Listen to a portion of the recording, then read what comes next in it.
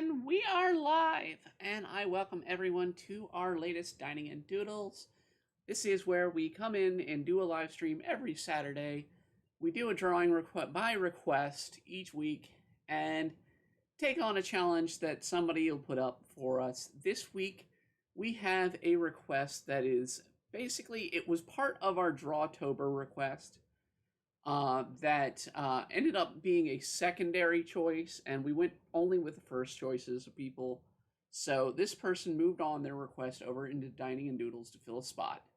So we have this week a request to do a masking image. So we're going to be doing a masking drawing of Lucy Wilde from Despicable Me 2 and 3, and to Queen Elizabeth of the Minions movie. So both of them are of the same property. I mean, it's pretty much the same.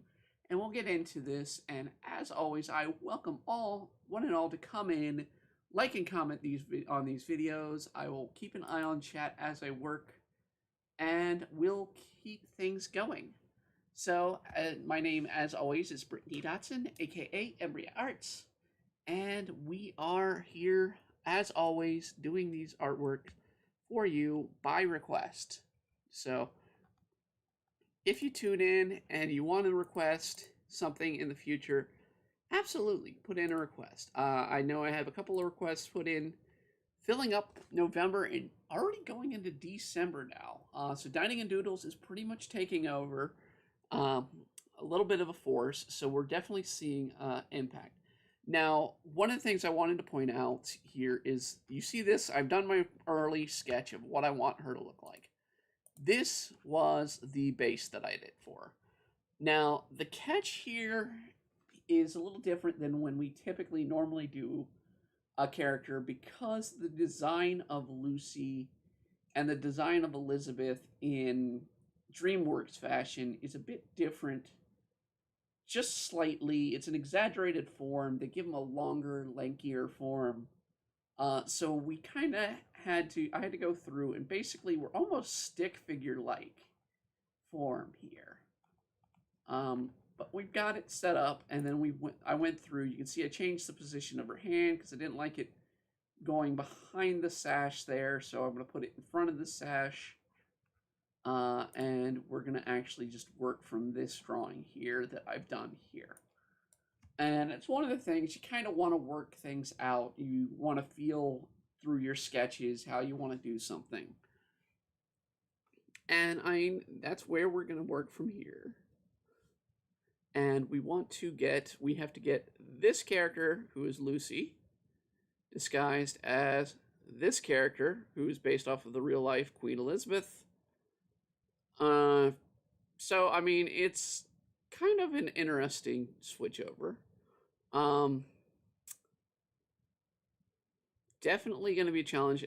As you note, I've left off the glasses from the disguise because she probably wouldn't wear that, just as I left off the crown from Queen Elizabeth, simply for ease in getting this done in time. Although I don't doubt this will be quick and easy to do, it's still going to be a matter of done in time. As always, I do this in Clip Paint Studio. So if you're wondering what program we're using, this is Clip Paint Studio EX. I use the professional version. And we use tooltips. If you have a program, you want to know what kind of tips I use, I go with a G pen here at 20%. It is probably my favorite because you can do all kinds of thickness with just this one pen. So depending on where I want the liner to be thicker or thinner, I can get that effect with this particular pen tip. And it's kind of like if I had a calligraphy pen in hand. I'd be able to swap around the size of the pen in doing things. So one of the things I have to note with Lucy is she has a large nose.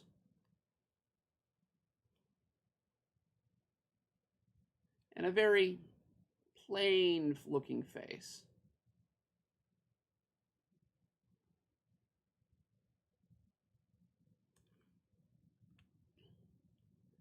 And I've watched both of these movies. I will say the Despicable Me movies I prefer over the Minions movie. I felt the Minions movie wasn't as great. Um, it kind of just tried to be a cash in with, I felt, with the overall feel of the series.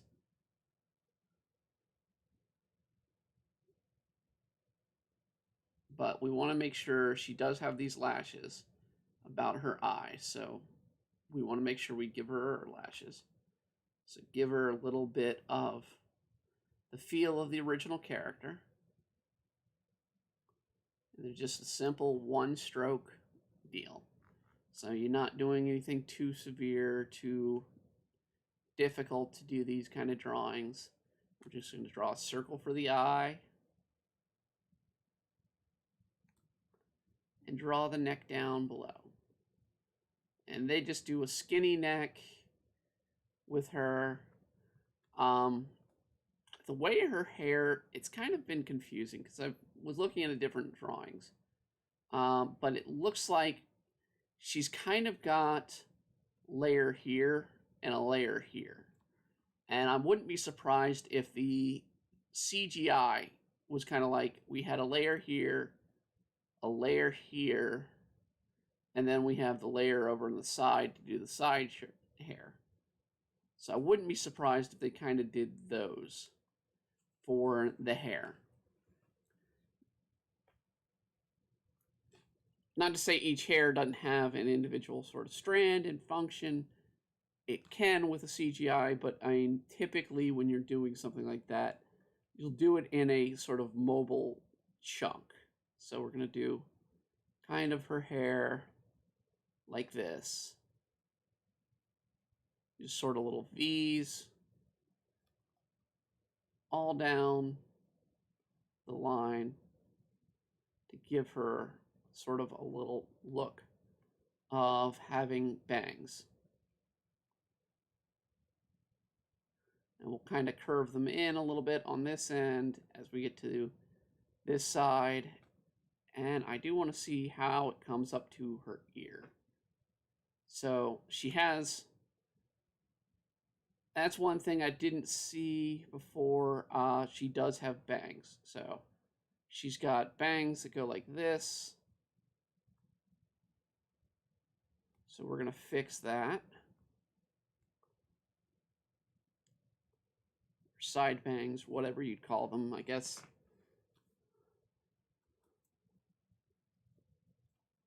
I guess it'd be their sideburns, but I mean, I don't know what you call these. And I have characters that have that kind of hair style in their hairstyle. I don't know what it's called. And hair, if you know what it's called, let me know. Is it just long sideburns? I mean, I don't know. We're gonna do sort of like, I think that one's a little too down there. Do something like this. I honestly don't remember 2 as well as I think I remember 3. I mean, 2 was, if I recall, I mean, it was the point where the Gru was trying to be a good guy for the first time. I don't remember it as well. I probably should rewatch it. Although I don't know what it's on as far as streaming. So I don't know if I'd be able to watch it. I'll have to check to see if it's on like Netflix or any of the other streaming platforms I kind of have right now. Maybe it's on HBO. I don't know. It's DreamWorks, so it might be on Netflix. I might be mistaken there.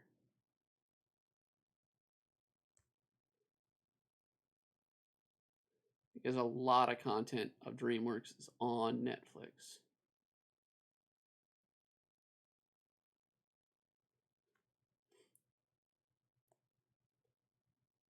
And I'm just sort of doing like little sort of rounded rectangles, and then just adding a little curve to kind of give it that curl look for her hair. And that's all I'm doing.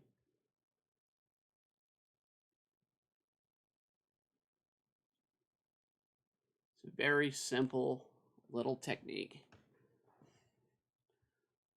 Nothing much to detail in there. And then we're going to go ahead and we're going to start on Elizabeth's body here. And with this, I'm actually going to make her neck a little bit thicker, so it makes it stand out a little bit. And her shoulder goes right there. The sash.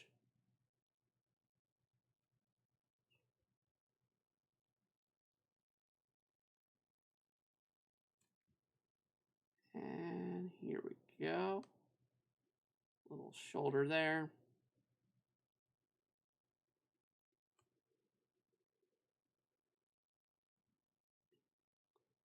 Bring the arm down. So we're just going to do straight line. A little too unsteady there, so let's do a little bit better there. There we go.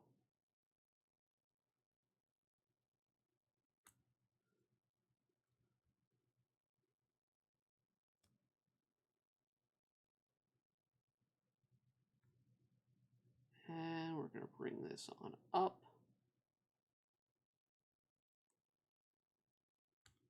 Up. With the pen slide there. All right.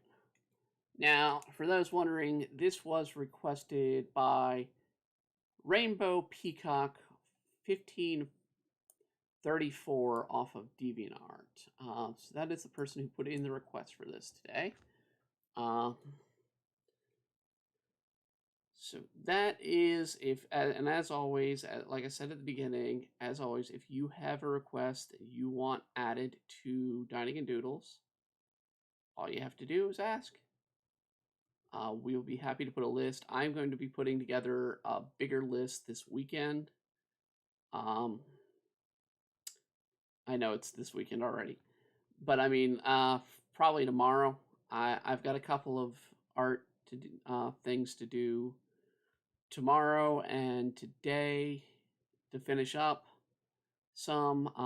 I've got a couple character designs to do tomorrow, as well as start a few cards, but I can't do the cards until I'm done with Drawtober. And right now I'm on, I think, Wednesday's request or Thursday's request that's coming up. So I mean, I've got a busy week. I still also have Demon Blade to work on, and I did not get a release done this week for Demon Blade because I was caught up on other projects, including life stuff. When I get kind of ill and sick, unfortunately, it means delays in artwork because I got to nurse myself out of that.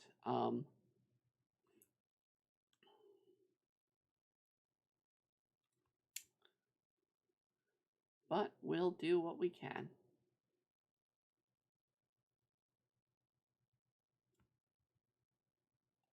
One of the big challenges I had here in getting this request set up was finding Queen Elizabeth's full body as she was designed in the Minions movie, so that I could see what she was wearing in full form.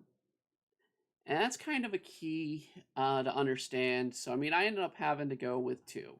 So, I mean, this is the up-close shot I have for Queen Elizabeth's body, or head and front. And then I have to go with what's here on the side. So, I'm assuming the front of the dress is the same as the side of the dress here. So, with the request, I'm having to go with what has been put on before.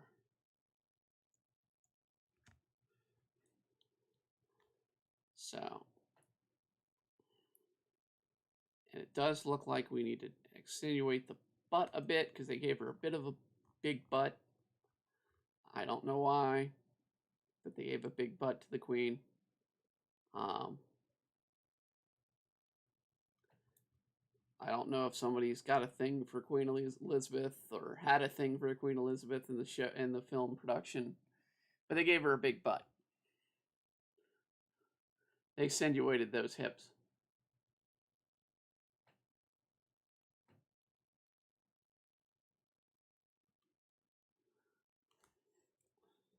And it's always kind of interesting because, I mean, we don't really get all too often these days cartoony,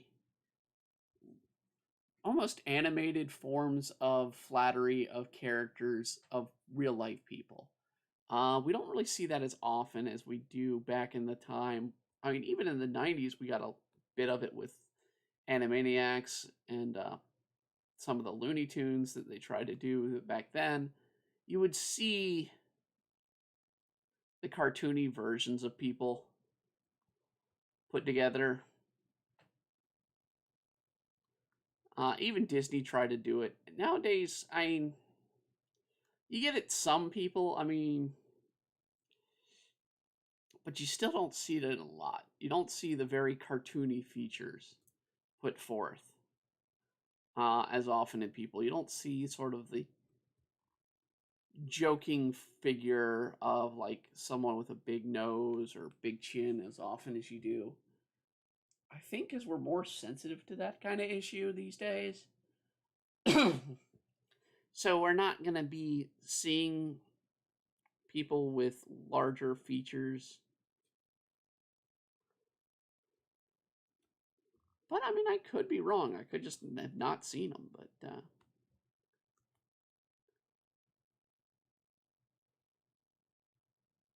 it was interesting to kind of see them take on Queen Elizabeth, well, young Queen Elizabeth in the Minions movie.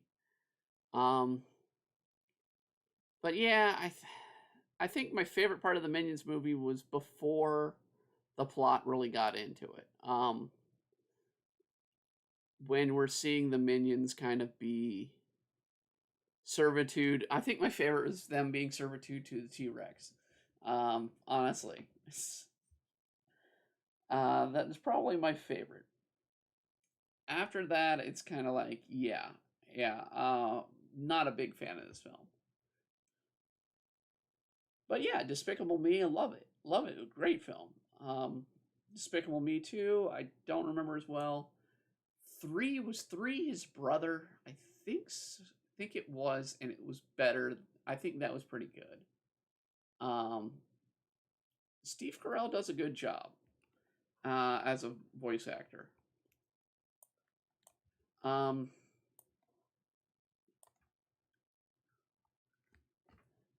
he does a good job as an actor in general, but he did a good job as Gru. I don't know if they've got any more plans for any more Despicable Me. I could be wrong. For some reason, Minions is very popular in Asian countries. Um, I don't know why. It just it makes me laugh when I watch videos of people in Japan and they've still got Minion stuff all around, and it's like, seriously? It's like Minions are still seriously popular? And that was big, what, 2014, 2015? I mean, this is 2021 and we're still getting it in Asia? I don't know. But yeah, I mean, whatever floats your boat.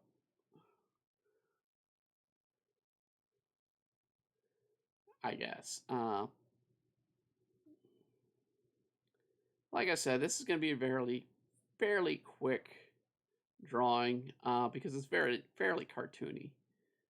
Whenever we get to sort of the more cartoony looks, the less detail oriented characters,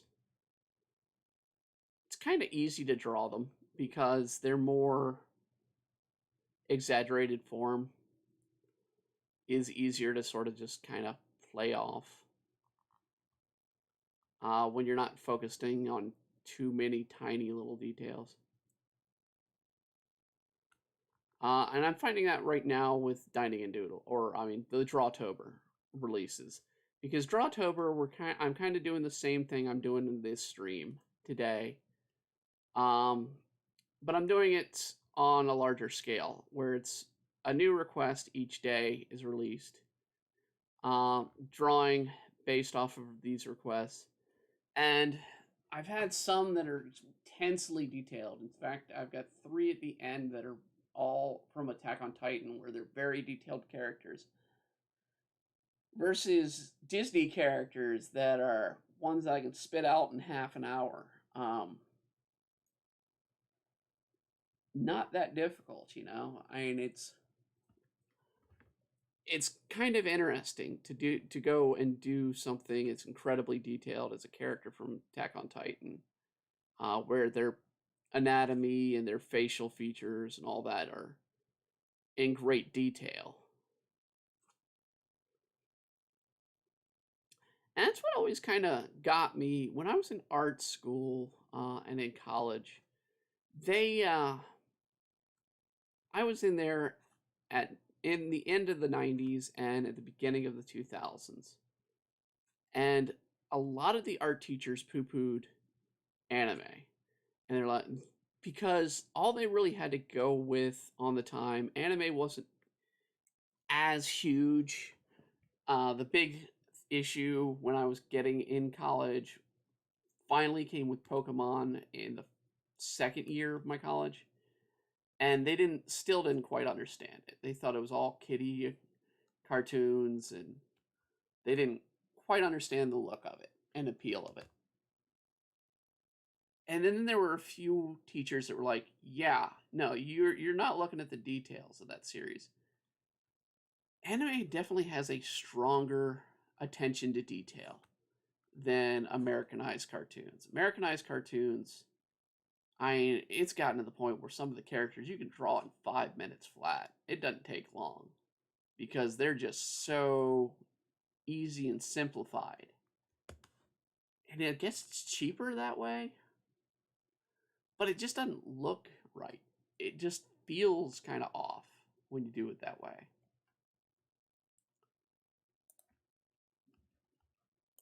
I'm going to move Elizabeth down here to where I can see her while I do the face.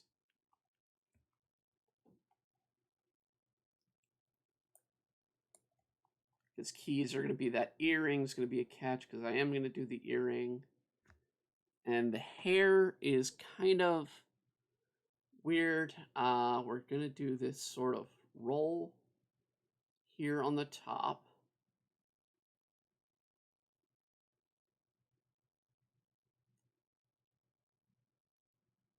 Which I think goes like this swirl pattern. I'd almost say Swiss Miss roll because it kind of looks like a Swiss Miss roll.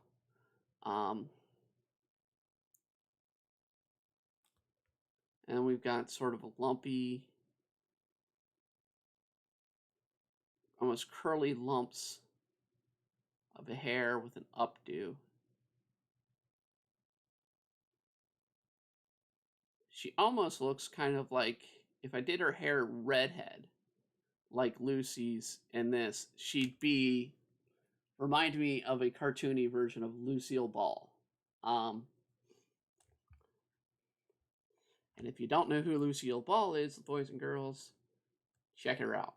She's a classic comedian from the 1950s, 40s to 50s, into the 60s, and is a nonstop genius as far as creation and film. And her husband was great as well. Ricky Ricardo is, and Desi Lu is the force behind a lot of productions that you may not know of. And it's all thanks to a lot of the power is behind Desi Arnaz and Lucille Ball herself. Very, very powerful couple from the early days of film and television. They're the ones that brought us Star Trek, believe it or not. But yeah, it started from a comedian. redhead, a female redhead comedian. And I think she got her start on Three Stooges shorts. I could be wrong. I know she is in Three Stooges shorts. I'm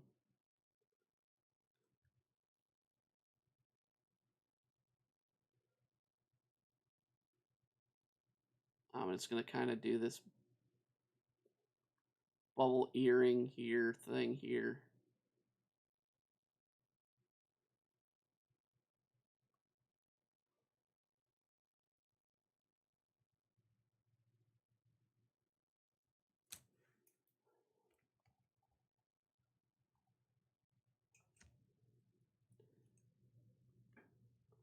So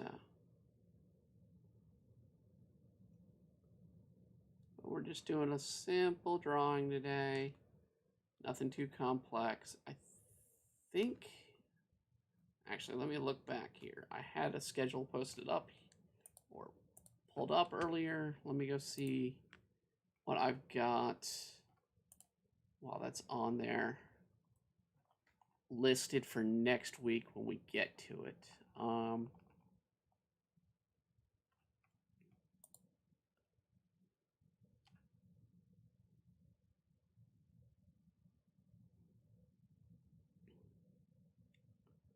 Let's see here.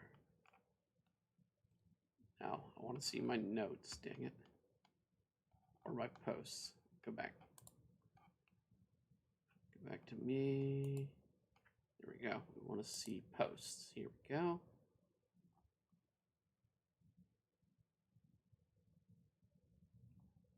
And we're going to do a little update here. Let's see. No, posts. Come on. Posts.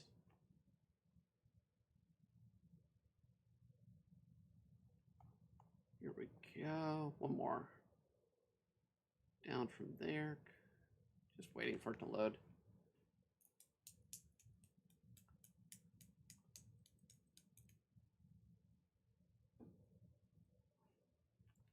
Well, while that loads, we'll come back over here and do some more work. Overall, I mean, it's, like I said, fairly simple to draw this. I've got probably another, gosh.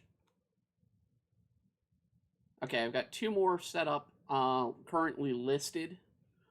One of which is going to be to draw Aphrodite from Record of Ragnarok next week. So that's going to be a little more detailed character. And then Jalenda request, I'm not too familiar with it. I'm going to have to look that one up. That may be an OC request.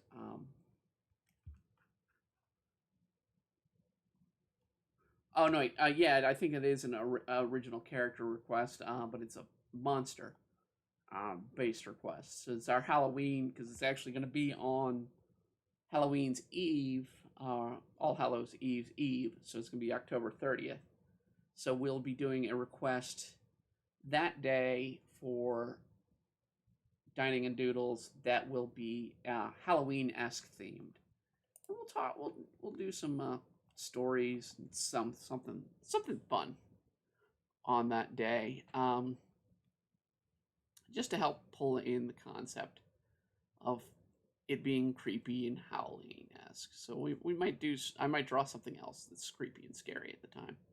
I drew that on the wrong layer, didn't I? I drew a lot of this on the wrong layer, didn't I? Yep. Okay. As we've done before, there's a way to fix this. So, actually, cancel. There we go. We don't want to get the actual image. We're just going to cut, paste, move that on up here, and we'll merge it with the layer below. So now it's on the right layer. So if I do that, there you go. All right.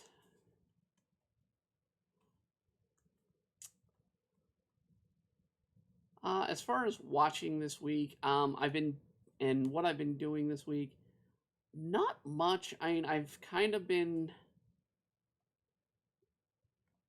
falling back on some YouTube videos as of late.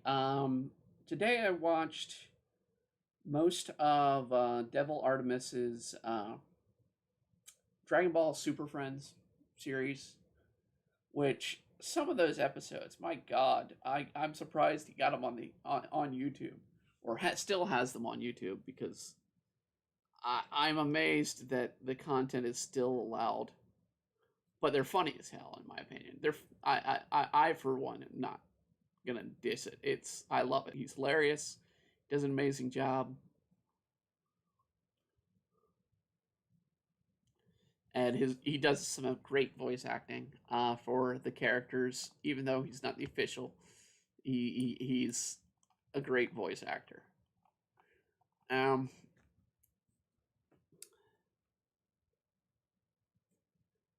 and then there's other things I watched. I mean, I've got back into Sam Gladiator's videos. If you haven't watched or know who he is a Minecraft YouTuber.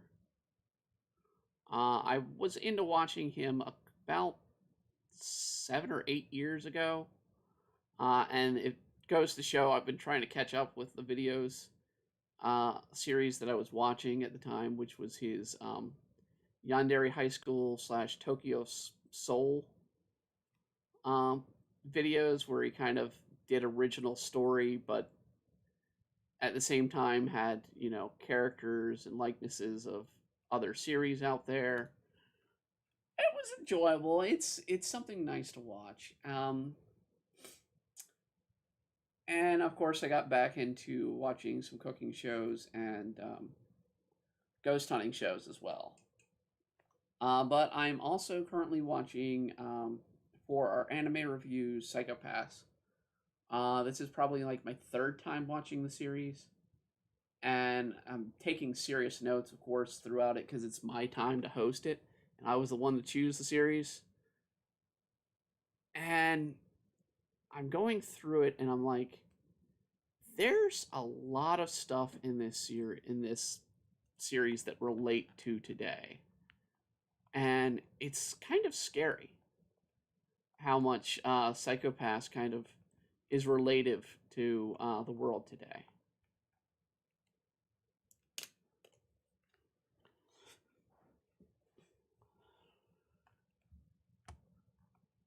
All right, let's start doing some of the color here. Let's start with Lucy. Does she have freckles? She has freckles. So we're going to give her freckles, since we're going to have more than enough time to do this. So we're first going to give her her skin tone.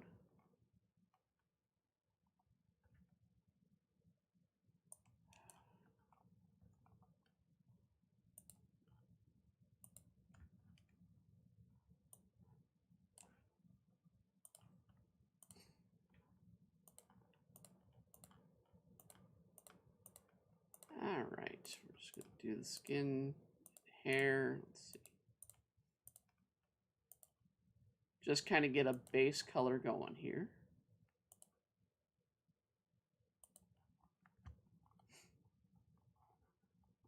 She has green eyes. We want to make sure we promenade those because they're big green eyes.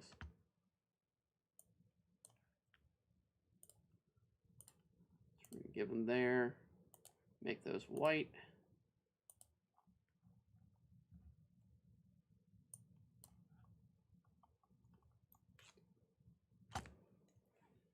All right.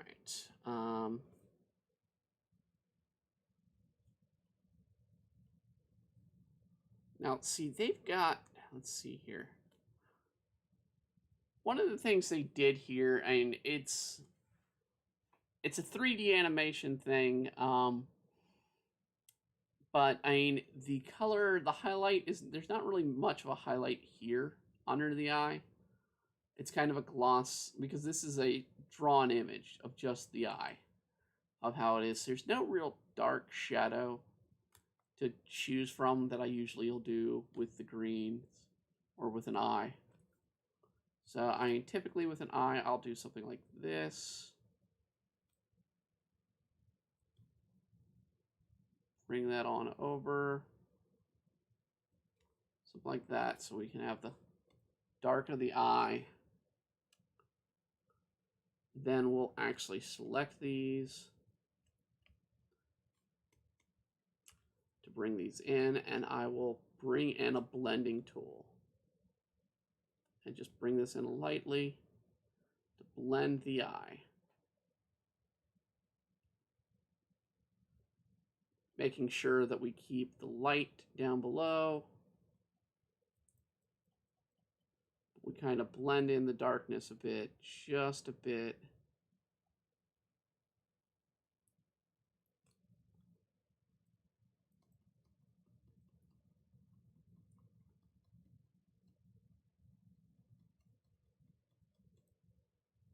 Probably need to add a little bit more of the light on the other eye. But the idea is just to give it sort of that blended look. So yeah, let's add a bit more of the light over here. We'll just do it with an airbrush.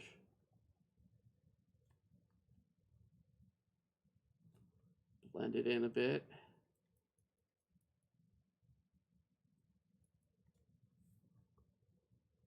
Then we'll just take a hard airbrush. It's a hard tipped airbrush to do pupil. We just want to do a circle. Then we deselect that. Go back with a hard tip. Maybe change it a little bit wider to add our highlight.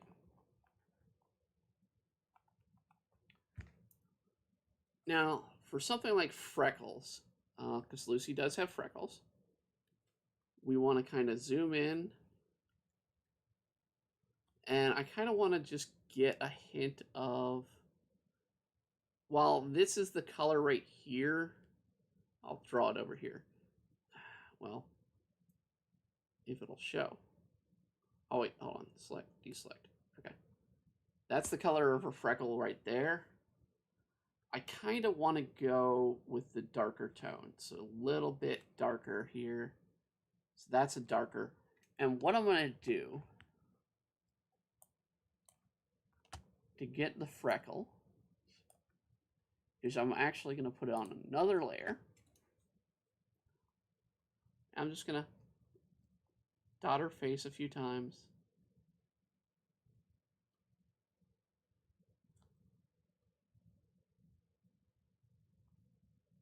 I don't think she has any on her nose. Well, a few. Okay. She's got a few on her nose. Okay. So she's a typical sort of Irish looking redhead with freckles and red hair and green eyes. And then we're just going to sort of fade it in there with the transparency till we get to a point where we're like, that'll work.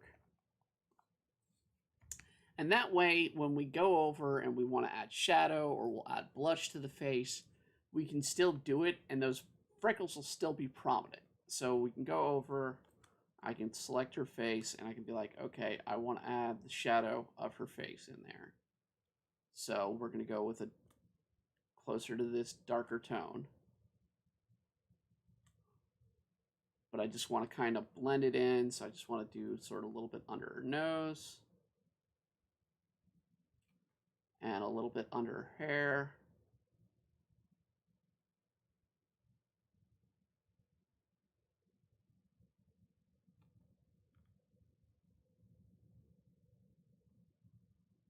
And under her chin a little bit. So not much, but we're just going to do it. Then we're going to just take our blur. I'm actually going to take the blur tool over the blend tool. I'm just going to blur it in there. And the reason why you want the blur over the blend, the blur won't mix other colors. So it's not going to take this light and sort of make it part of that color. It's just going to kind of blur that area a little bit into itself.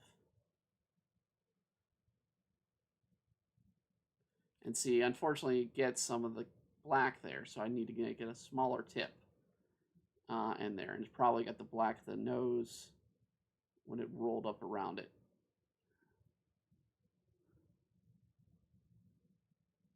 But it's a good way to add sort of a harsh shadow in an illustration or a drawing.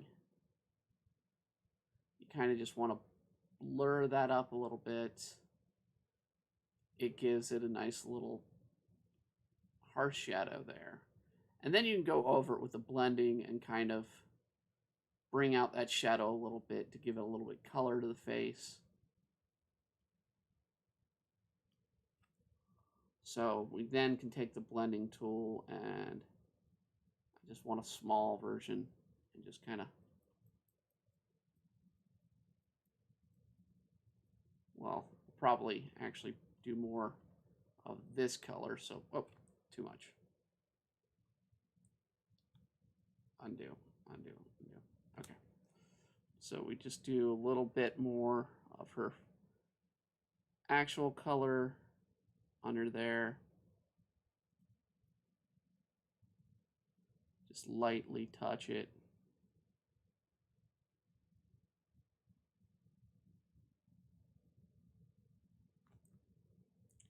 And we'll do the same right here. Just a little bit. Light color. Not much.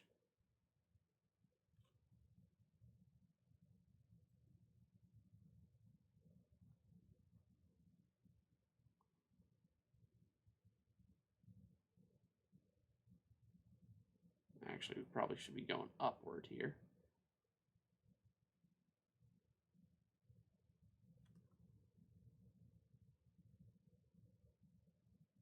And there we go.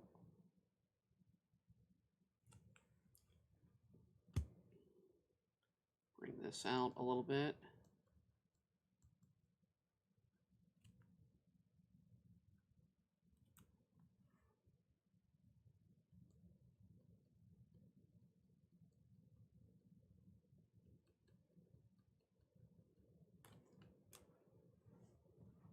So bring out a little bit of the color to her. Then I'm going to add a little bit. She has a bit of a rosy pink hue to her cheek. So we want to add a little bit of a pinkish hue. I'm going to do kind of like I did with the layer below or above it that was done with this freckles. So I'm going to do another layer. And we're going to just add some pink into it. And we're just going to use a soft brush for this. And it's not going to be much. It's going to be like a little bit here, a little bit over here. We'll clean up a little bit around the nose so that it doesn't have the pink hue over the nose. And we're just going to sort of fade it in, but actually I kind of want a color dodge. Well, not color dodge. I want to kind of see which one would work best. Color burn, maybe? There we go. Color burns will work. So we'll just do a little bit of a color burn, so it adds a little pinkish hue to her face.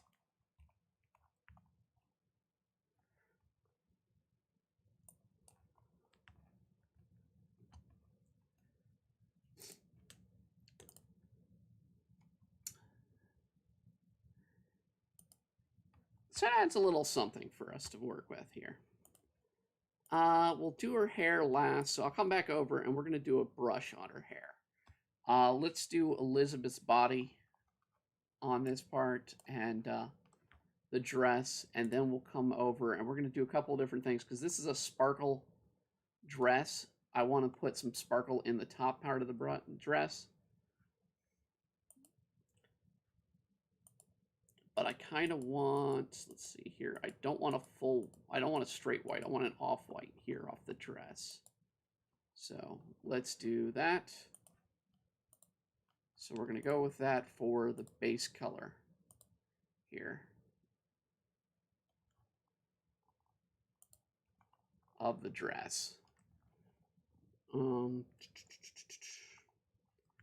Additionally, we want to kind of get our base line for her color. I think the greatest highlight is probably right in here. Looks kind of a little brown to me, though. Let's try and get it from this one. This one has a different lighting to it. So that one, I get a good flat baseline color from her.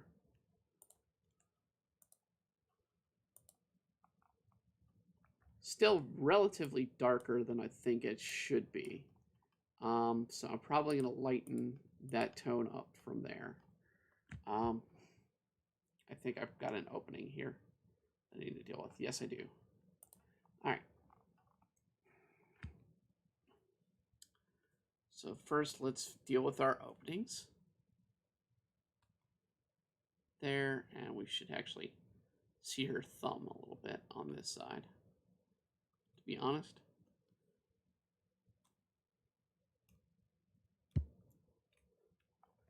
And, wait, hold on. I hit the wrong thing. There we go. Again, I hit the wrong thing. Dang it. There we go. Head, neck, there we go. With those, we're going to get the purple for the sash, which is, I believe, this lavender color. If I can get to it. For the inside, or outside, excuse me. And for the inside, it's more of this darker we're going to go with. If I can get it better here.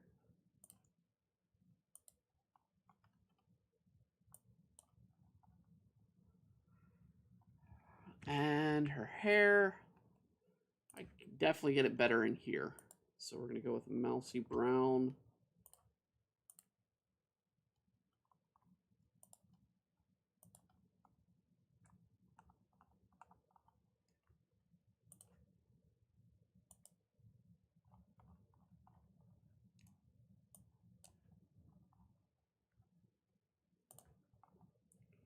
Lips there, and since we're doing this, I'm going to actually try and go with a darker tone here for the inside.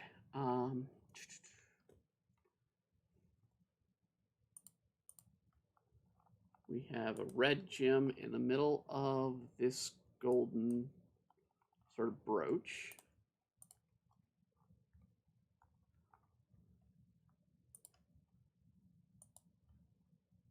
So we'll do that there.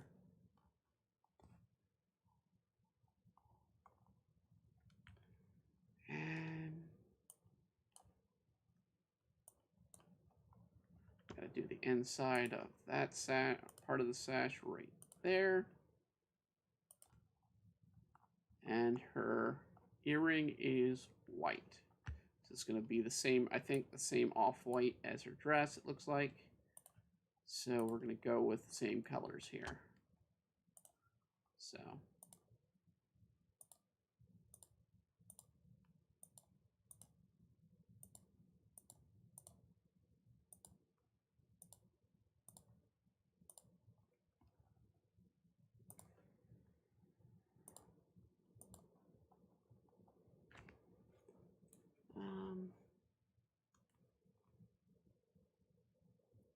Just kind of line that up there, there, and there. Okay.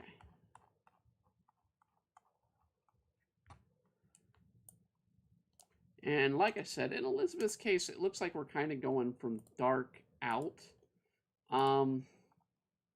with her skin tone, because I definitely don't see that being the same as that light tone on her skin or this light tone on her skin. It looks a little dark. So what we're going to do is we're going to lighten that up. So we're going to go towards white with the color.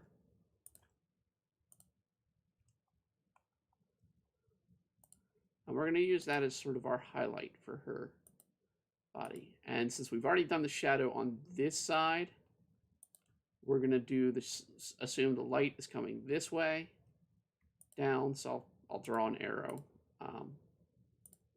somewhere. Hold on, let's deselect for a second.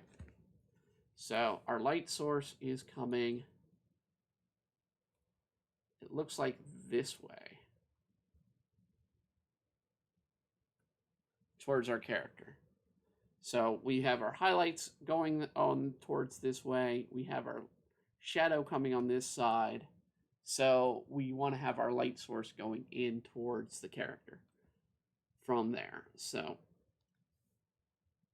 when we do that, so reselect, when we do the highlight here on the queen herself, we're going to make sure we do the highlight as well as when we get to the dress, the lighter tones are going to go towards that direction. Since we're working our way out with the light colors, I did kind of screw up there. I took off the light tone that it was. So we're going to go, even if I just went up here, would be fine, but I wanted to go towards a whiter because that's more where they're at with it. So we're going to add the highlight in.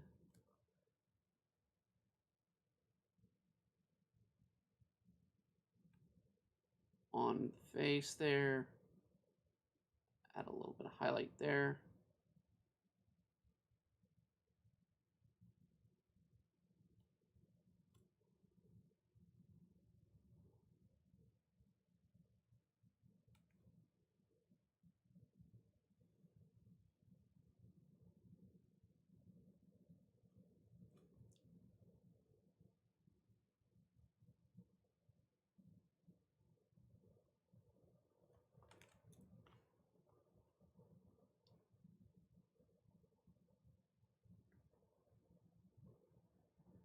Okay. I think that's more appropriate for the color that we're seeing.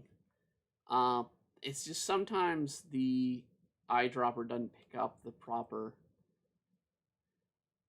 hue all the time. And again, we're going to just do sort of just a blend in with these. So we're just going to blend these in a little bit.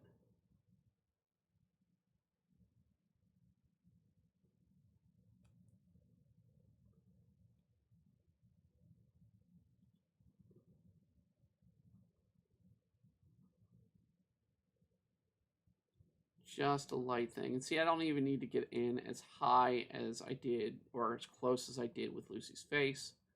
Although I am getting a little bit messy there with the chin, but I'm going to actually have to go back over the chin with a shadow of the mask, because that's where the shadow would fall. I also have to hit a shadow of the nose.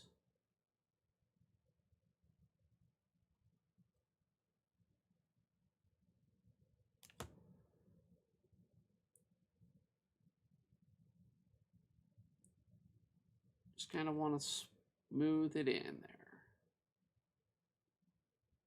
I think that's what we're going to focus on, color and technique a little bit on this one, since we have still an hour left in our stream that we usually play with, and we've got plenty of time to do it. So we'll focus a bit on color and technique today. So there's ways to do things, not just through brushes. I tend to love to use brushes because they're easier, they're quicker.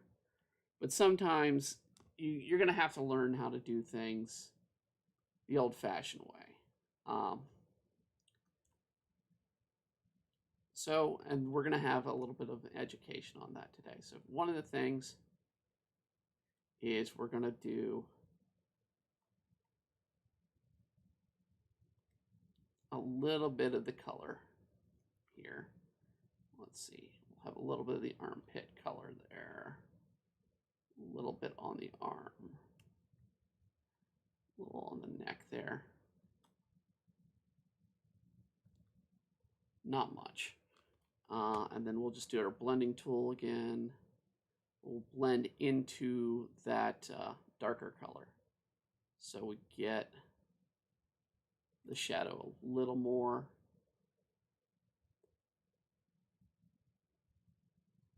suited into it. And these are just simple digital illustration techniques that you can learn.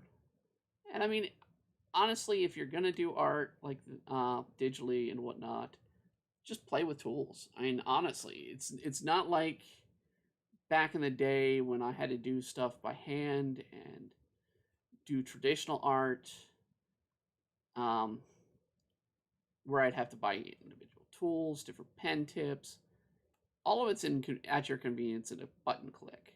So I mean, it's not really that hard. I mean, sometimes you might have to buy a tool or a brush tip or something if you have, especially like in Clip Paint. Clip Paint does have a subscription business that you can buy into getting different assets that people put into the system. I use it. I use a lot of brushes, a lot of techniques, a lot of just textures and stuff like that. I will get from Clip Paint's wonderful library, and it's not like I have to do with, say, Adobe. If I have with Adobe, I have to actually go looking for the tools. If it's not on Adobe, I have to go through a pained installation. With Clip Paint, it's literally part of the program. I can just go click, I want this tool, put this in here, and it's done.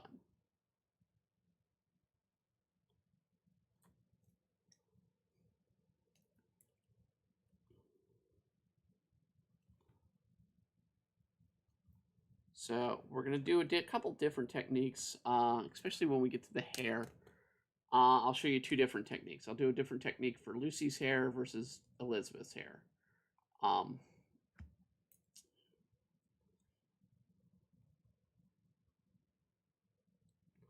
So we're just going to do some focus there.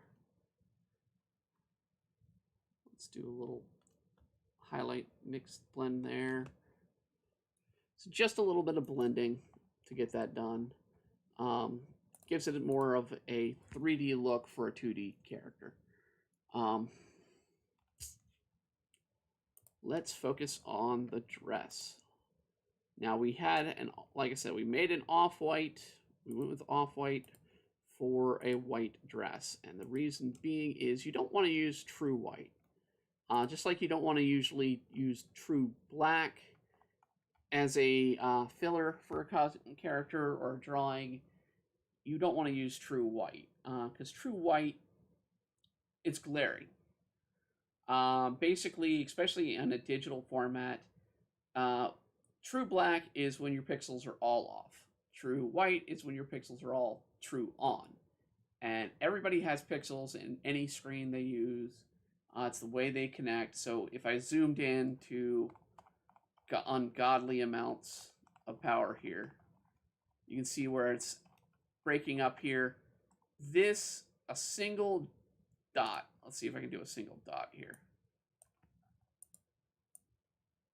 I'm not even able to do a single dot. Oh, hold on. I know why I can't do a single dot. Select.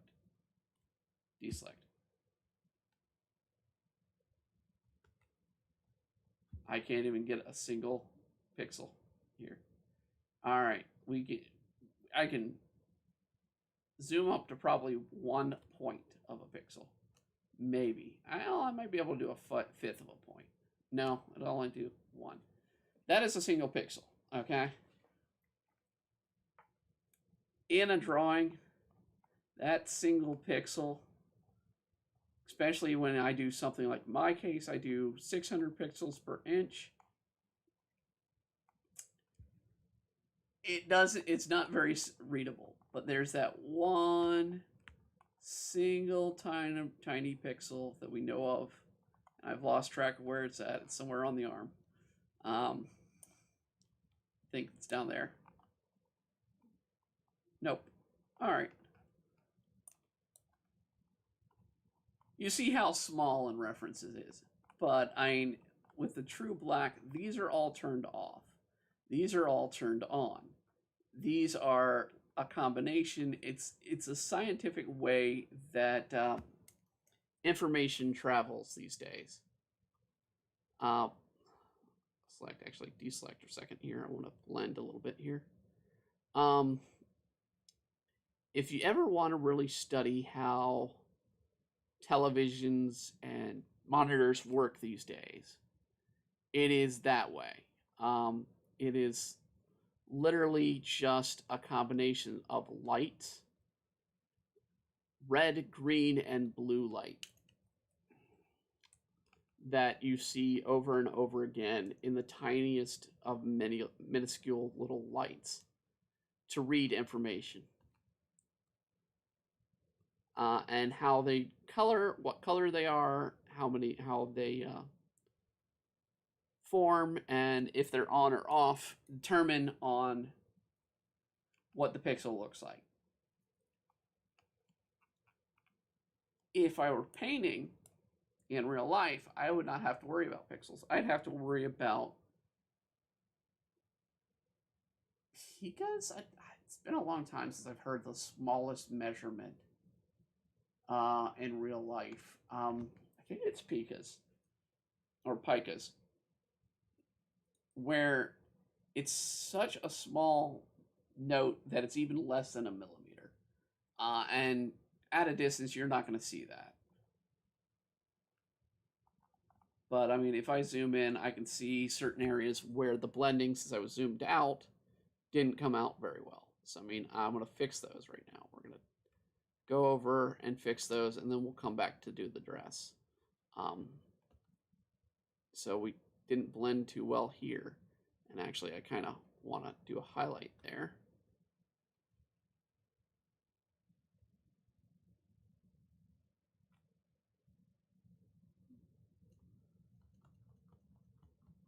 So we just kind of want to bring the blending down.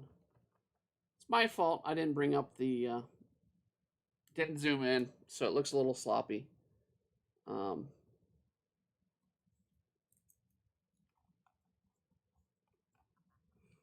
But in the end, I do shrink these when they go into production. I work at 600 and then I bring them down about a tenth of the size for reproduction on the web, and that's simply for sizing. A lot of sites don't like the 600 pixel 8x10 images that I work from. So, and actually, let's bring that back up to our usual size of 20. Yep. There we go. I'm just going to do this to bring that over. And now we'll work on the dress. Reselect. Okay. This part of the dress versus the top half of the dress are going to be treated differently. This looks more like a satin. So one of the things I'm going to do is I'm actually going to deselect our top half. So we're going to deselect that. If I can, I have to wait until it saves. All right. I'm going to deselect the top half. And we're just going to work from the bottom half. And I'm going to do this on a separate layer. I'm going to take this color white. So this is a gray, but it's a very lighter gray. And I'm going to use a watercolor brush for this. So we're just going to add in, highlight the dress. So, and this sort of brings in a sort of natural flow, sort of cloth feel to it. And if you ever work with real watercolor, and it's kind of like that you can only build on it, you can't subtract with a watercolor. So you want to take a spot and then just kind of go with it. The harder you press, the more you put into the color. Now, since it's a digital watercolor, I can add to it. So I can do something that I couldn't do with natural watercolor.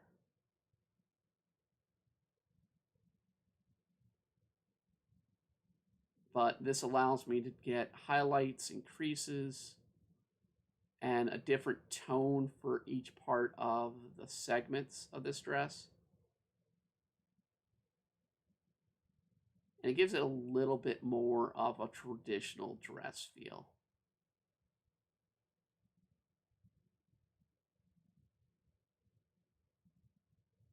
If it were made of satin, it kind of would go like this. And heck, it's the queen. It could be very well silk. I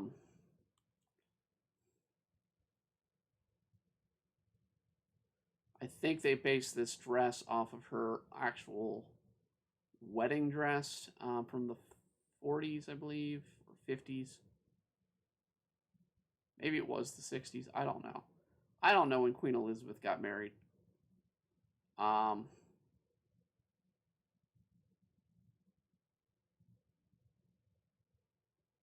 I don't even know when she became queen. I'm American. I don't know squat about the queen. I know she likes corgis. She's still alive.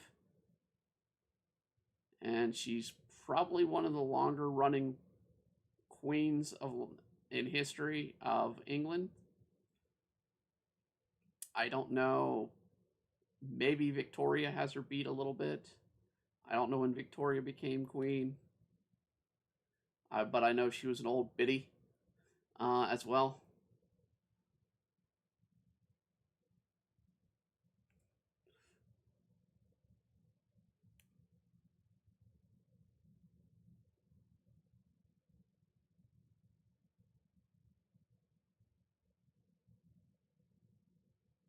But yeah, I'm just kind of just doing subtle touches with this off-white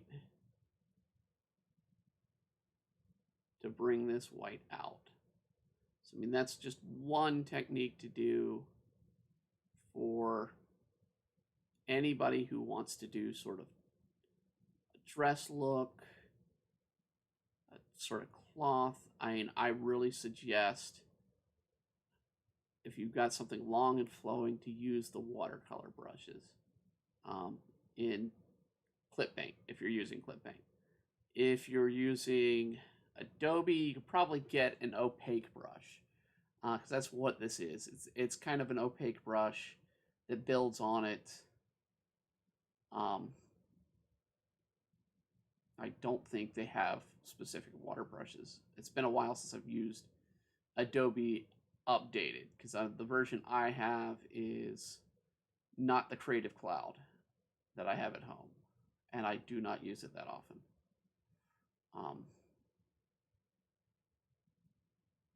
Because I don't need it.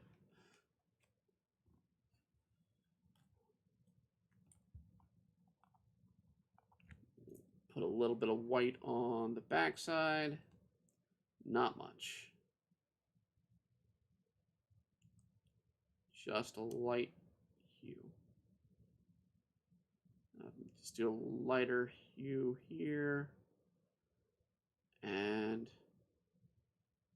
I'm going to put in, let's see, we're going to go with a little darker.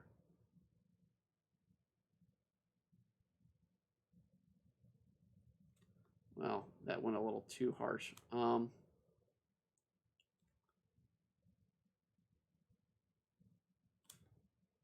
We're going to go over, well, I don't like that one. Let's go with this color. So just want to have a little bit of a shadow over her items that are over it.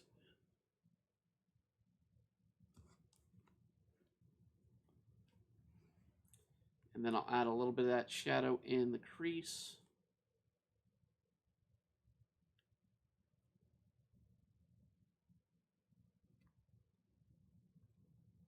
And towards the back here.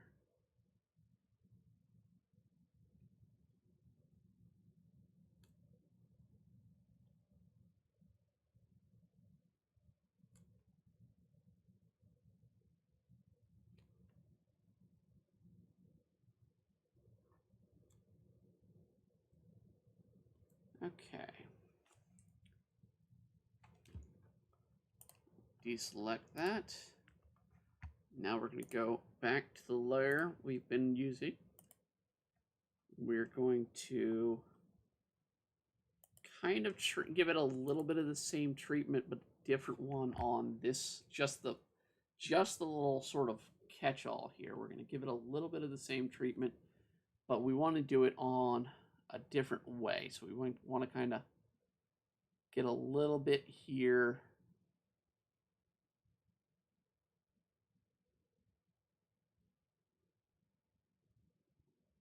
And that's about it. Now, there's a pattern on this top half, and that's part of the reason why we wanted to do the top half separately.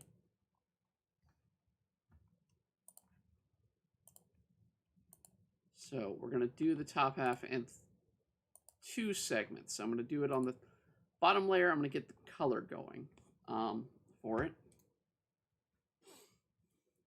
So I'm going to keep, since it probably be the same material, I'll do the same sort of treatment. We're going to do a little bit of the gray here.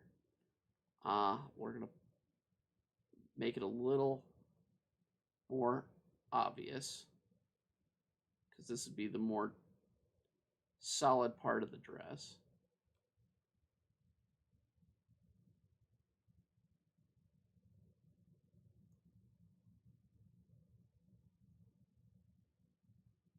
All right. Now, to bring out the pattern, we're going to look into seeing what we can do to kind of get this. It's kind of like a reflective pattern, almost kind of like a rhinestone. So I want something that'll give me sort of that feel out of the tools I have at my disposal. And one of the things I have is this Kirby Crackle brush. And if you don't know what a Kirby Crackle is, Kirby Crackle is based off of a creation of Jack Kirby, known from Marvel Comics. And it is literally that.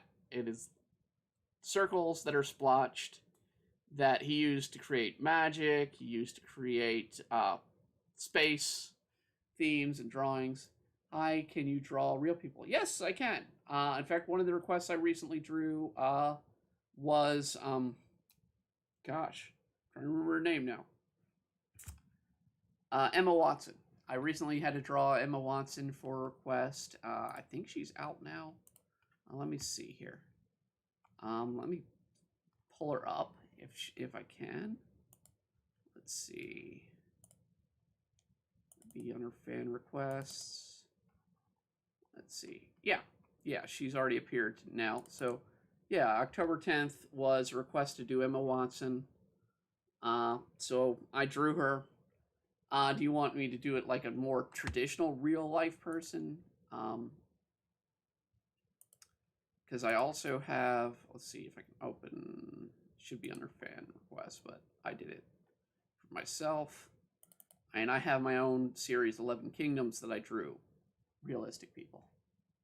So yeah, Jenny, if you want real people, I can draw real people as well.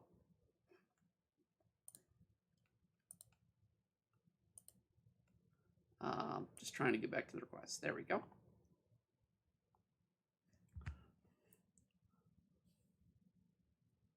Let's go back to the selection. And we're just going to take this and we're going to shrink this pattern down.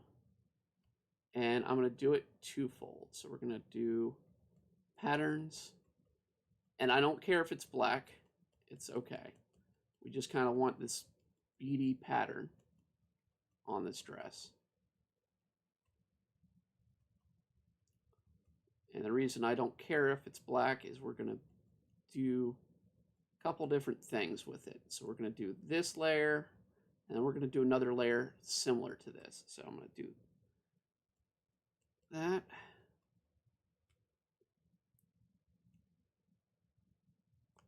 And we're going to do another layer, same concept. We're going to do this.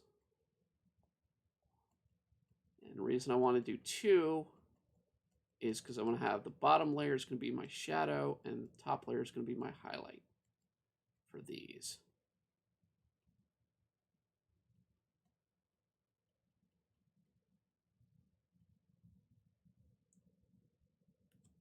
Okay, so this layer we're going to do, I think we want to do it,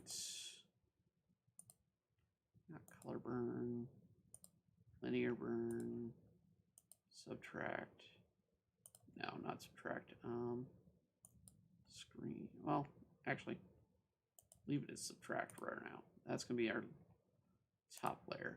So if we do that and reduce, oh, that's a subtract.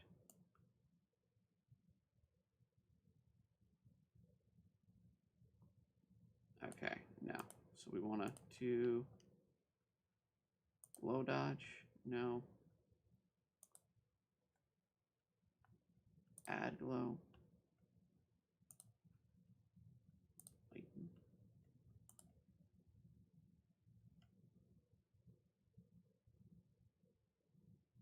Let's do it this way. Let's do color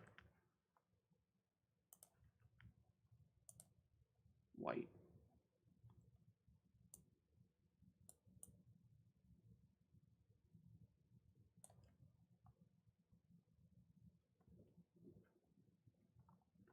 And we'll do a little, see, we can do a little bit more with that.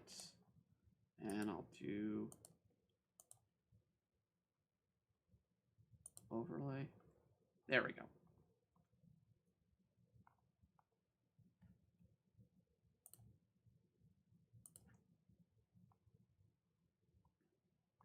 So now we've got a little sort of beady pattern in there. What I did is I put an overlay and I did a lighten layer as well. And with the lighten, I also switched the color over to white. So that way we have a little bit of a highlight, so we get a nice beady pattern in the dress that mimics the dress as it is in the movie.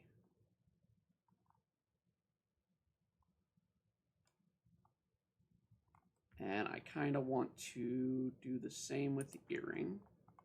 So let's go down here to the earring. First, let's blend a little bit here because it's kind of bothering me. There we go. And a little bit there. All right.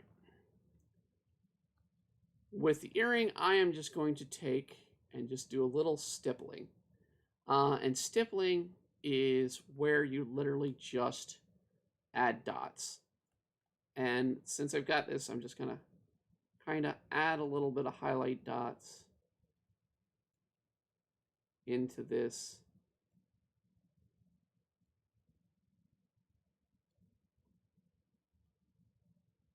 I'm just tapping the pen tab just a little bit, just to add a little dot here and there.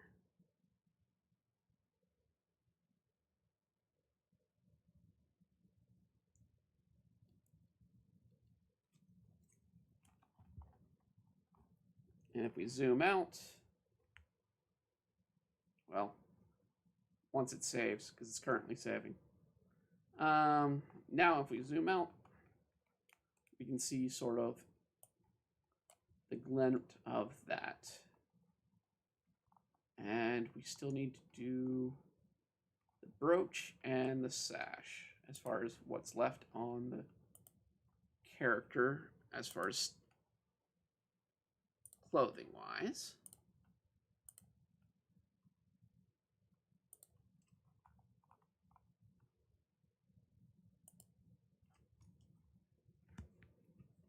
Let's see here.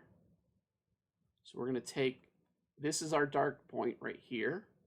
What I might do is I'm going to take the little tonnage, go darker, and we're going to add a little bit of a shadow. And for this, I'm going to take the hard brush, but I'm going to do this again on our opposing layers here. So I went a little too far there. So let's see here. So we want to get right behind her a little bit. And behind her again there and there. Then we're going to take that color and sort of bring that in over here.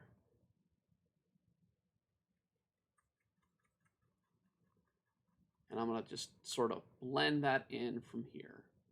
So just, well, let's use a bigger brush than that. Blend that in.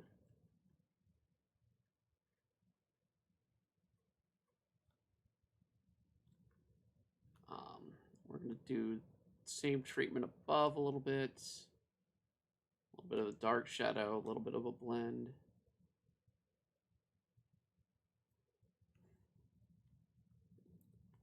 And we'll grab some of that dark, put that underneath the arm right here. Blend it out a little bit.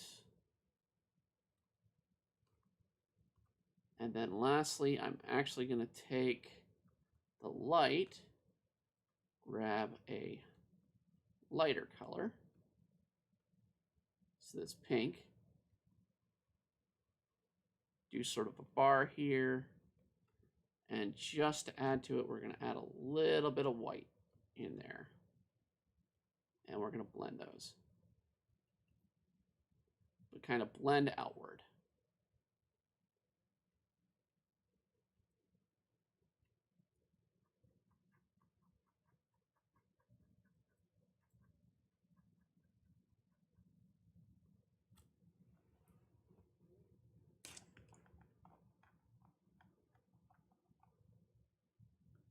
All right.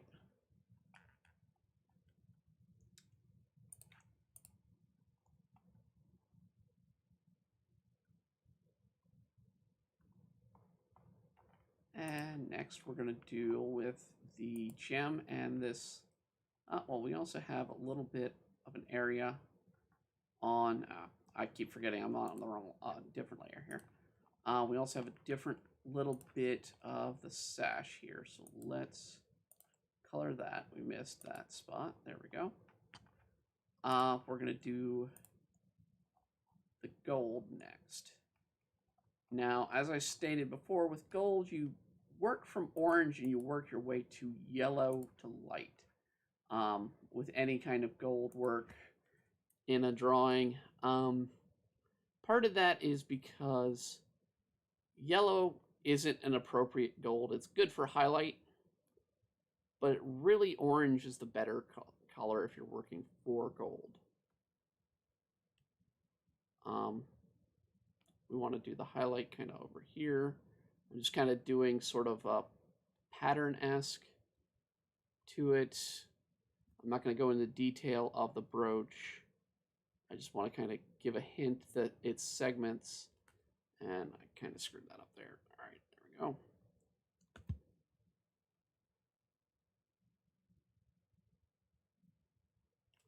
So just do a sort of a segment here, larger segment here. And we just kind of want to bring a small blend into this. And actually, I did this on the wrong layer, didn't I? Yep. Okay. So actually, I'm going to undo all this.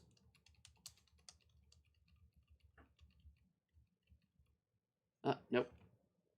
Went too far. There we go. We're going to just bring this in. And I'm just kind of getting in zoomed in here.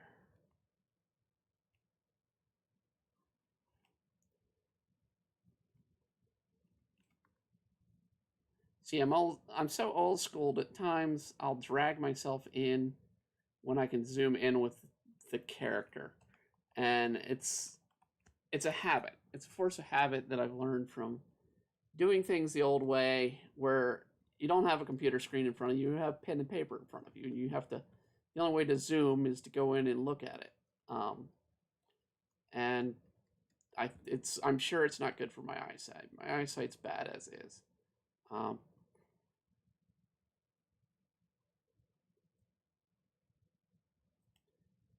But I'm just giving it sort of a highlight. I'll come back over and do some detail. I just kind of want to give it a little bit of a difference.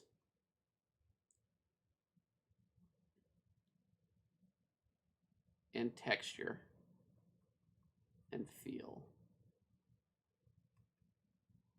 All right. Now for this, we're going to do details. So we're going to go, I think it was like this, this, this, this, and then we've got a little bit of a sort of liney cross, liney cross. And while I'm doing this in a black, I'm not too worried about the look too much. I'm just trying to do sort of like a pattern to it to give it some of a look, and I'm going to change the color to a darker color that matches. So we're going to go with something like this burnt color here.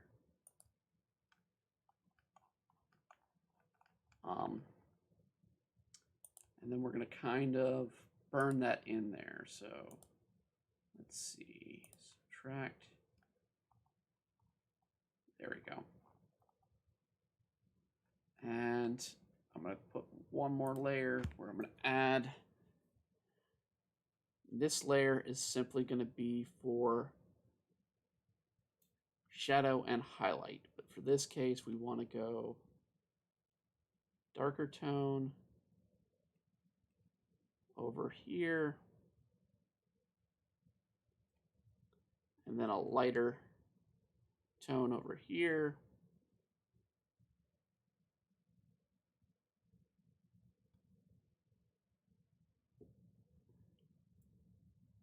And we're just going to kind of color dodge.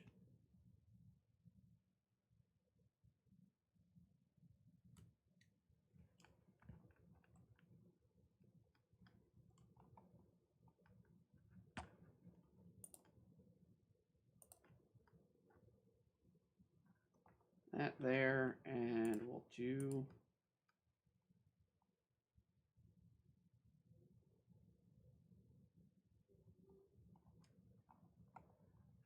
is it a gemstone or is it just a dot? I think it's just a dot. Yeah, it's just a seal. So, I mean, it's not really that interesting. What I'm just going to do is it does look like it's kind of indented in. So I'm going to try and get, oh, I did it again.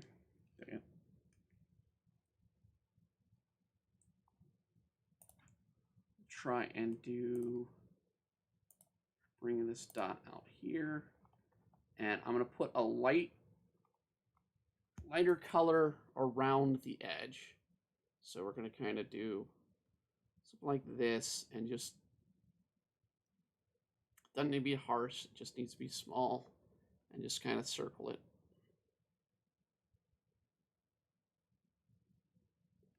Lighter color around the edge, and then we're just going to do a bit of a darker tone in the center. Kind of a little bit of a bowl.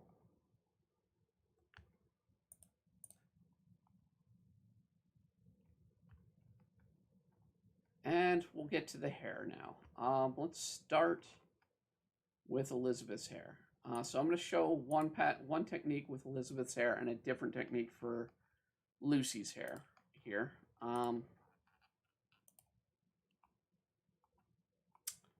With Elizabeth's hair, we're going to use a brush. So if I can get to all of it here, come on, zoom out or zoom in. There we go.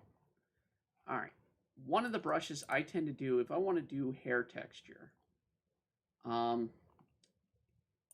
is I usually have a good brush. I think it is the watercolor brush.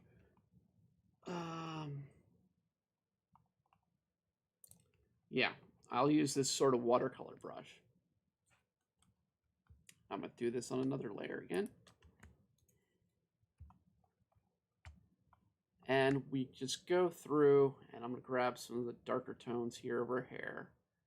So I can't even, I got a light right there, so I can't tell if I'm pulling the right color light. I don't think so. All right, select, deselect for a second. I think it's pulling from the wrong layer. Let's see here. Okay, it is a dark brown. All right, so select, reselect. Okay.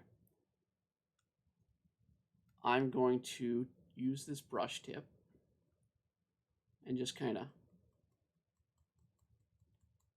bring it around down here, brush out the hair a little bit.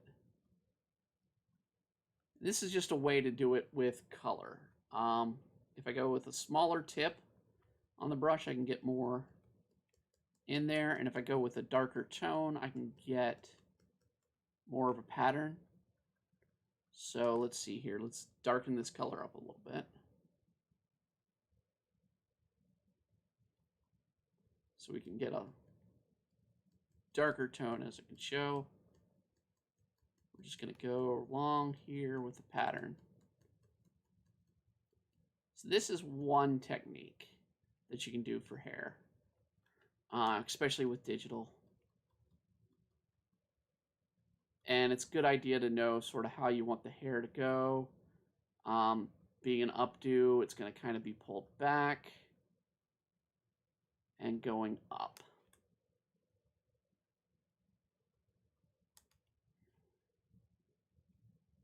I kind of want to do the darkness also at the top a little bit.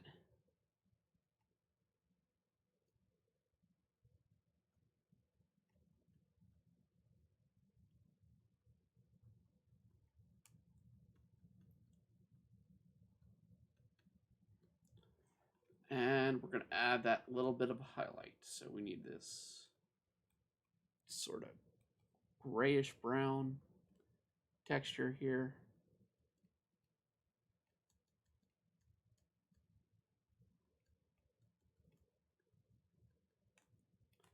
I think I'll do a little bit of a lighter tone here just to give it a little bit more of an oomph. There we go.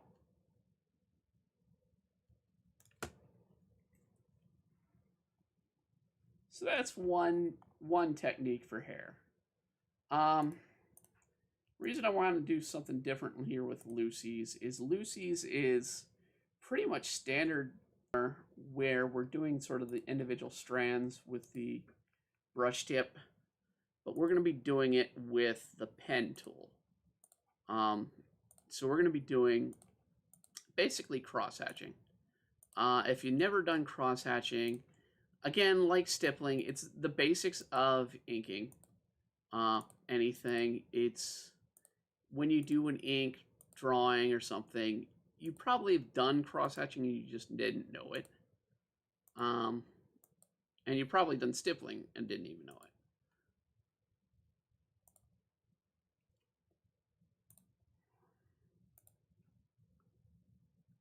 But we just grab sort of the pen tool, and in this case, I'm going to go down on the pen tool to about, we'll go about a 5 on her. Like I said, her hair doesn't really change color or tone that much, so that's why I'm grabbing a dark point of her hair, and we're going to just do that as the sort of lines for her hair. And again, we'll do this on a different layer. Come on, as soon as it saves. But we do have a set pattern here to follow.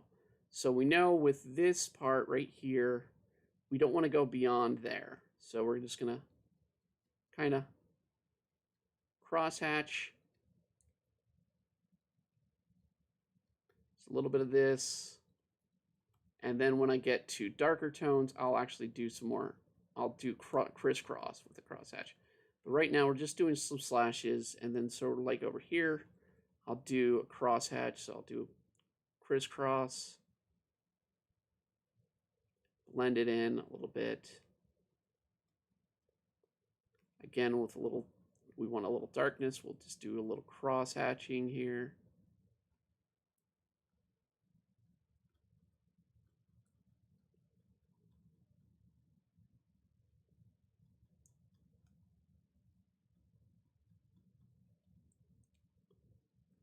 I didn't get her bottom part there, but we'll deal with that later.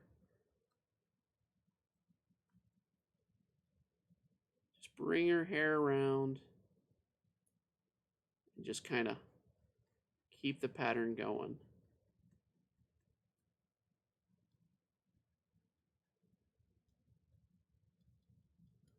And if you read my comic Demon Blade, you'll see that I kind of do this pattern, especially for shadows on characters. I won't do it on their clothing, but I'll do it on their character. Partially because it's just sort of a way to do it, and I'm just going to kind of cross hatch a little bit here. Just lightly, so we get a darker tone. But I mean, it's a very simple technique, and it kind of gives a good feel. We're, of course, making this the darker side, so we want to do some more cross-hatching on this end.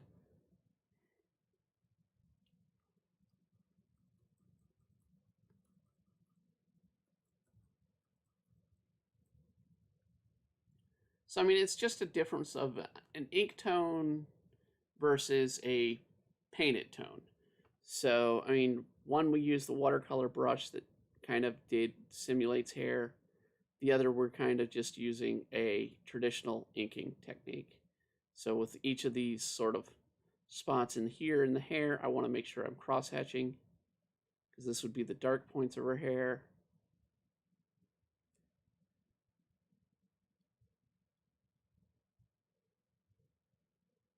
She doesn't really have a light point in her hair.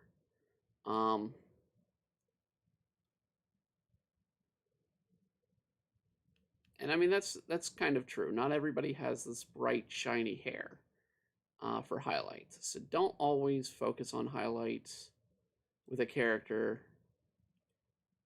I don't do a highlight actually with my main character in Demon Blade. Tetsu does not. Tetsu/Tetra does not have a highlight in her hair. So I mean, when I draw them, I don't do highlights. I just do a lighter tone for where their hair it shows in the light, and a darker tone. But then when I do someone like Mai or Ino, they both have shiny hair, so I'll give them the highlight.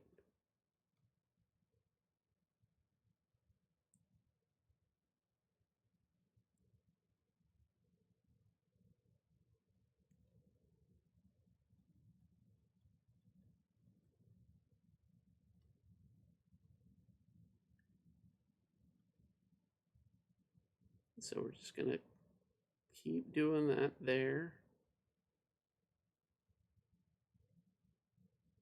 Bring that on out.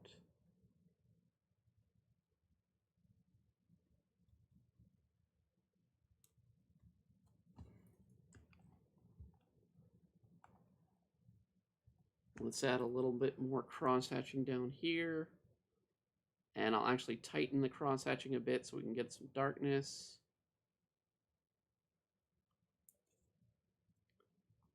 And a little bit over here as well, so we get a little bit of tone difference.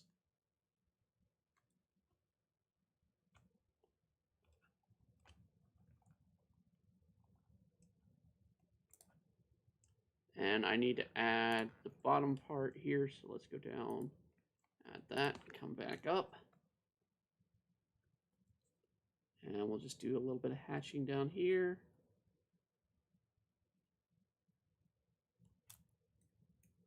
And I think I'll do a little bit of hatching on her left side.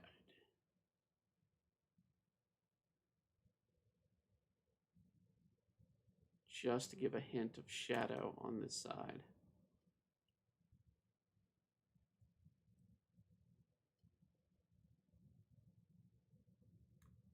A little bit on this end too.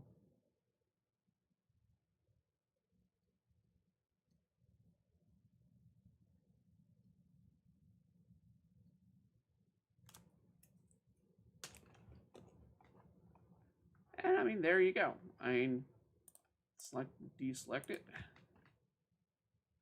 Kind of gives her hair personality versus Elizabeth's personality, hair and personality there. I think we are done for the drawing today. Or at least for this drawing.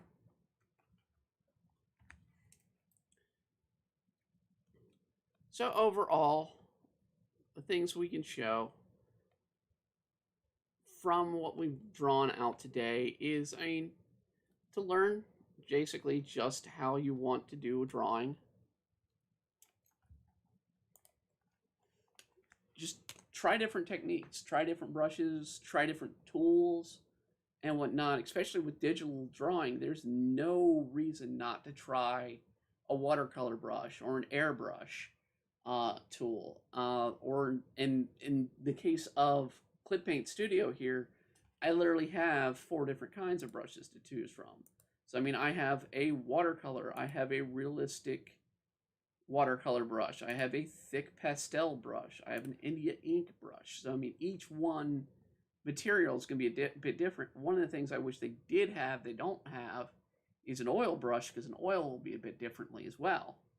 Then I also have pastels to use, including crayon and chalk, pencils, different types of pencils to use, different types of pens and markers.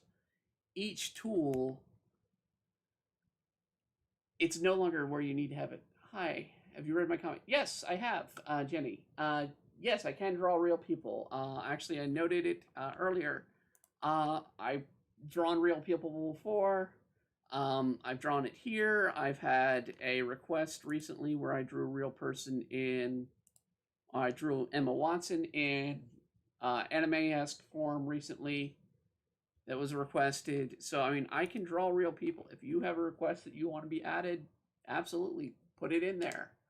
I'll be happy to draw a real person on a stream. It does take a lot longer to do. This took days to do. Because of the detail, but I'm more than skilled to do a real person. Just let me know which way you want them drawn. Do you want them more realistic looking, or do you want them to be cartoony?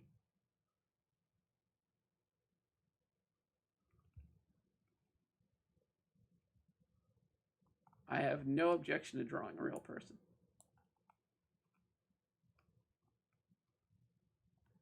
What is that line from? I think it's going to be, is it on this layer? It's on that layer. Okay, we can get rid of that. That's not a problem. But overall, I mean, like I said, the key with programs, especially art programs, learn the tools that are out there. We have multiple tools of function ability through any of the setups. Don't be afraid of them. Explore, try things out. The only reason I was able to do this detail was by trying this out. I mean, I did multiple layers, probably like 30 to 40 layers on each character of these, just to get that kind of skin tone. Can you draw Lolita Lee? She's an actress. Any style is fine. Okay, yeah, I will. I'll add it to the list. It'll probably be not until December I can get to it, but I'll add her to the list. Lolita Lee. In fact, I'll write it down here because I got to put down a list here. Let me pull up a Word document. I'll add your name. And see, folks, it's simple as that. If you have a request you want done in this stream, I'll be happy to do it. So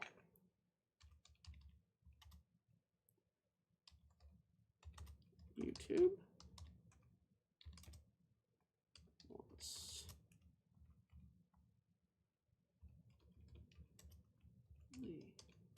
Okay, I've added to the list. It'll be done in December. I'll be posting a full list up later this weekend.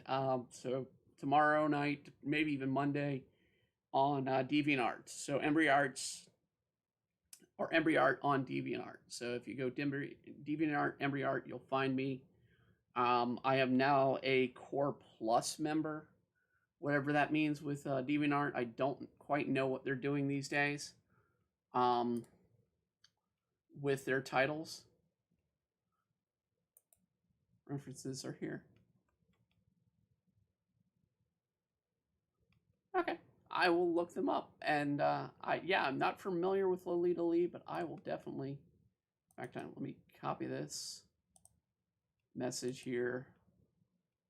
Well, I can't copy it out of the chat. Okay, well, I'll have to look it up on the stream here. Let me see if I can find a picture of them.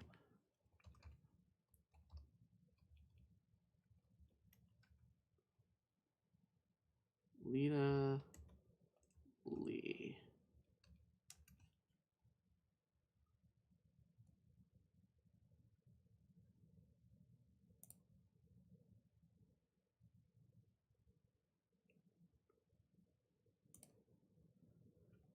Famous Hong Kong actress. Okay.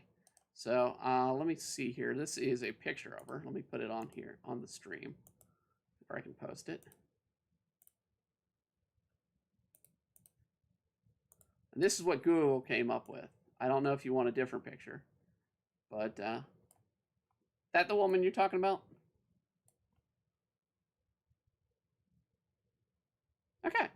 Yeah, certainly. I will definitely add her to the list to draw. No problem.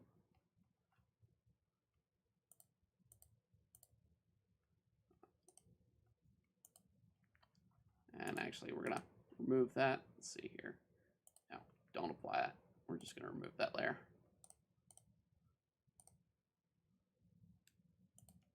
There we go. All right. And that being said, we are going to be calling it from this point. So we have our drawing here as per request. I will be back again on Monday with another Fallout stream. I've been doing a little bit of that this afternoon, playing through that to get some levels on that. We are also going to be doing Thursday. We will be back with another isekai couple chapters. We'll do 1 and 2. Okay, you want the young ones? Okay, I'll note that on the paper, the younger version. All right.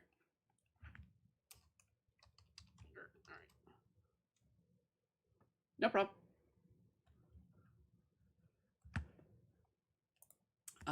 But yeah, we will be doing our isekai, aka Momster X Maid Girl. I've got it set down that when she's younger for you, Jenny. No problem. And so we'll be doing that read through chapter 2 and 3 on Thursday, and we'll be starting Minecraft on Wednesday. We'll be doing some Minecraft streams for our gaming stream, for our opposing Wednesday stream. And back again next week with a request to do Aphrodite from Ragnarok, Record of Ragnarok. So that is the request for next week. And then we're going to do a Halloween stream. It'll be interesting. I'll be doing a couple things there with the art. And I might do, on top of that, I might do well, I don't think I'll do that one live. I don't think I'll do the Drawtober live. I'll hold that off. But I do have a major stream coming up in December. A lot of people have been requesting me to do a comic live. Or a comic page live. I will probably be doing a comic page, particularly of Demon Blade, on December 10th, which will be the Embry Arts anniversary. So we will be, I think that's a Saturday. Let me double check.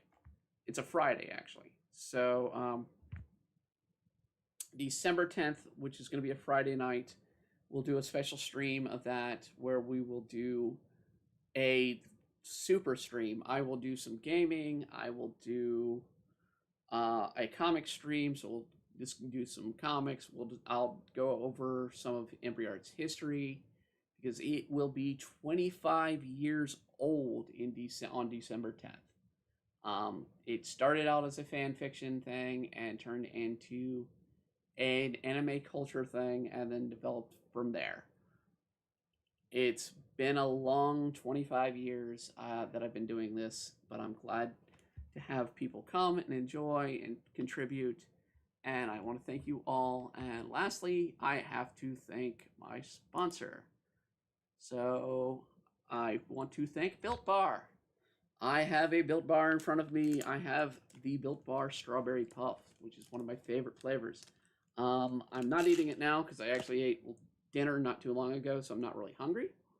But if I ate it now, it doesn't matter because it's low calorie, low carb, low fat, low in sugar, and absolutely delicious.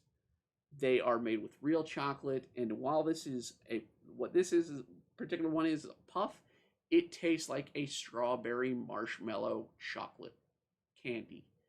And that's because it's real chocolate. It's real dark chocolate. It's just not got the much sugar in it. And it's a great replacement for any of the sugary candy bars you might eat, but it's also a great replacement for protein bars because they taste delicious. They focus on their flavor first. And that is what makes Built Bar such a great company and such a great place to enjoy, grab a bar from. So if you want to try them out, go to built.com and use the promo code EmbryArts to get 10% off your order. That's built.com. And I thank you all for joining again for our weekly live stream on our Dining and Doodles. And as always, I want to thank you all. I wish you all to have a wonderful week, a wonderful weekend, and a wonderful night. So have a good night, folks.